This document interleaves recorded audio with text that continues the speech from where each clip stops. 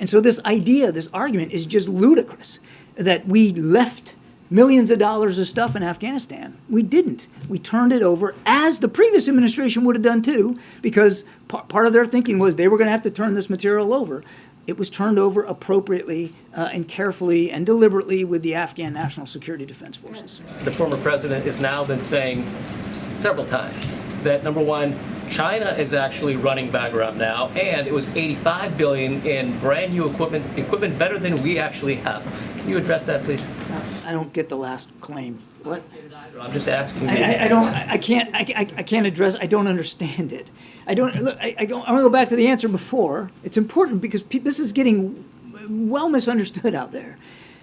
There was a retrograde plan working towards withdrawal, where bases that we were operating out of and equipment that we had that we believed the Afghans could and should keep were turned over to them in a very thoughtful, orderly way, all the way from spring well into summer. Once you turn it over, it's just like what we're doing in Ukraine. We give Ukraine artillery ammunition, Stinger anti-air missiles, Javelin anti-tank. It's their stuff at that point, not the Americans. It's their stuff.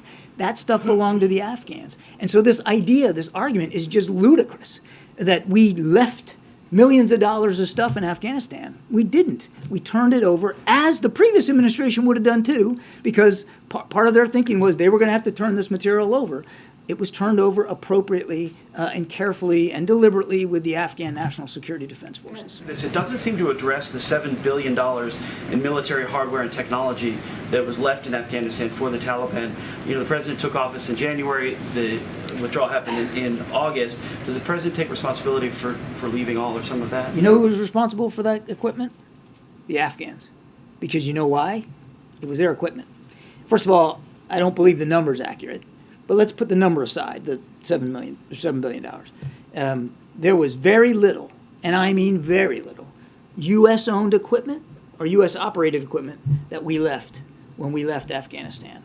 I'm talking like some forklifts at the airport and some ladder vehicles, some fire trucks that we were using at the airport.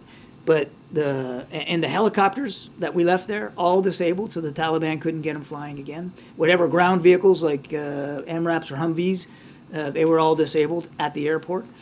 Everything else outside of that airport, the stuff that's at Bagram or you pick the base in Afghanistan, was all turned over in according with a very elaborate, deliberate, retrograde plan that the U.S. military put in place to turn over all that stuff to the Afghan military. And the Afghan military, as I said in my opening statement, decided they weren't going to fight for their country, that they were just going to leave it behind.